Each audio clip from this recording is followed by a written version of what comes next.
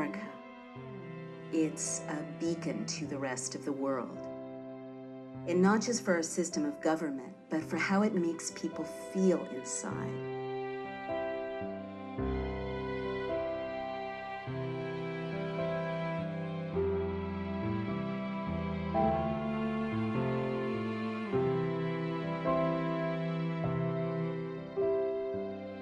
What do you love about America? I just love the country and the people. I love America because I'm free. Tell me what you love about America. Everything. The founders didn't write the Constitution and the Bill of Rights with all this bravado and confidence.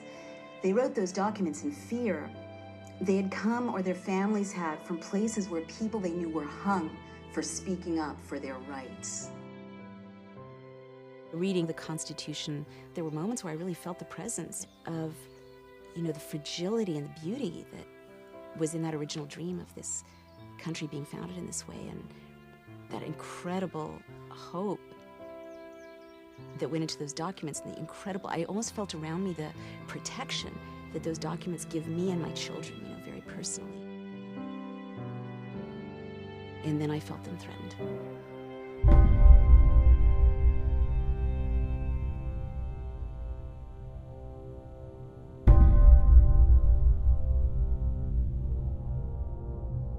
America and our friends will meet this threat with every method at our disposal.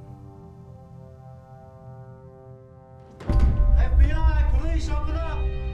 A new report says the president and his advisors are still making anti-terrorism policy on the fly. Police in Washington, D.C. have put in place an army of surveillance cameras.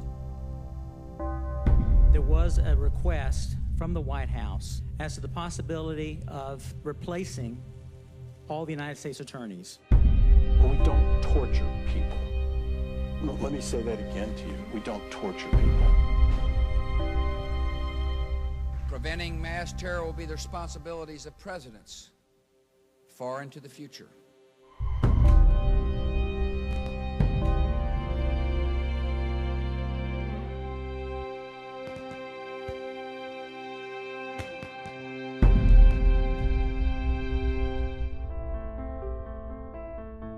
I've always been a writer, and I write about politics and social issues. Naomi Wolf is the author of several books, including the 90s feminist classic, The Beauty Myth. What's your name? Thank you. And I love that I live in a country where I can express my views without fear. But I wrote The End of America because I saw that changing. Best-selling author Naomi Wolf's latest book is called The End of America. My guest is Naomi Wolf. She is an enemy combatant. Comparing George Bush to Hitler is what I'm saying is it's that off there the are deep end. parallels. We're done. That's all we got. Naomi Wolf.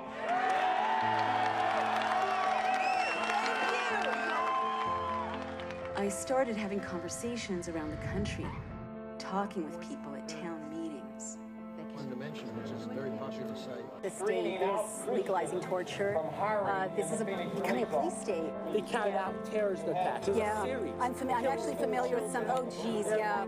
And you know what really has to happen in this country is real debate has to go back to the citizens.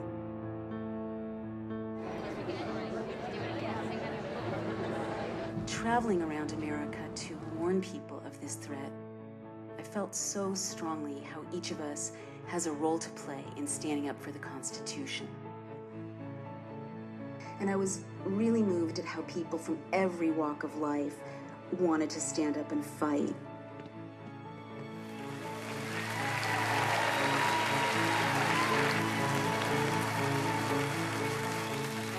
So tonight I'm going to talk to you about some very disturbing warning signs that we have to pay attention to and rise up to confront.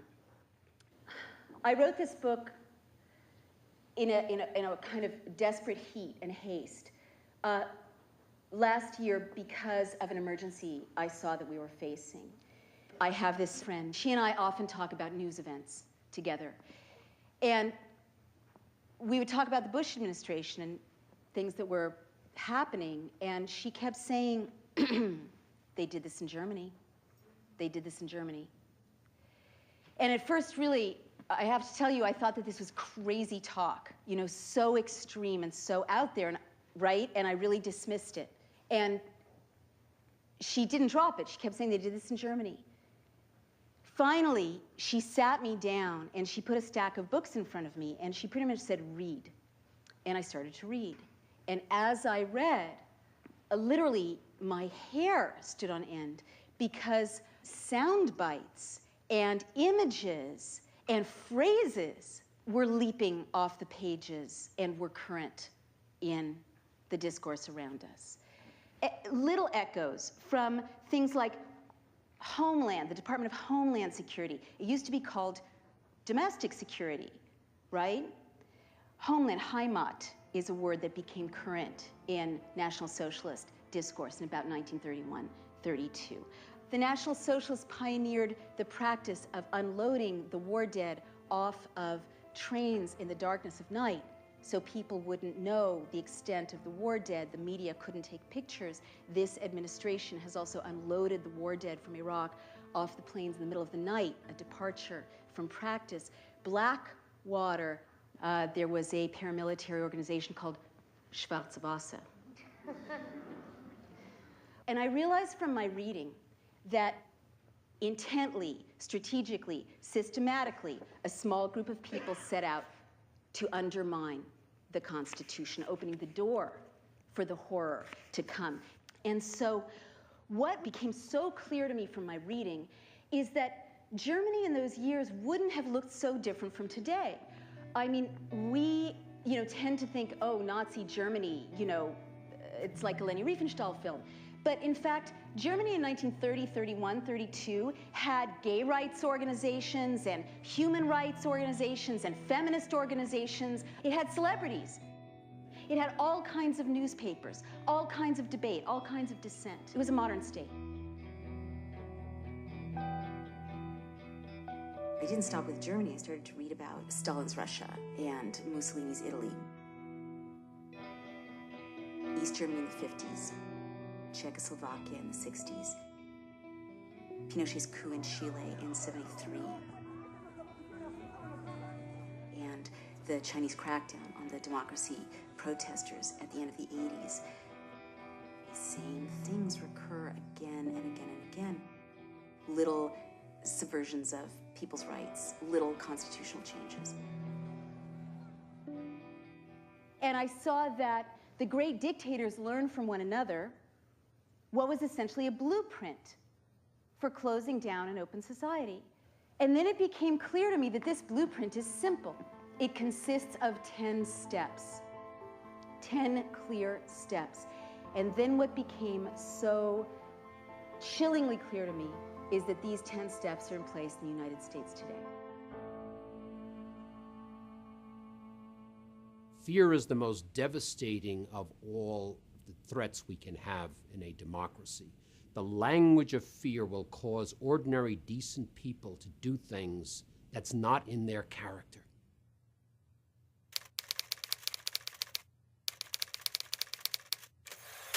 The first thing is to invoke a terrifying internal and external threat. And sometimes it's a real threat. After 9/11, the Bush administration used a terrible crime against our nation to launch what it called a, quote, war on terror, end quote.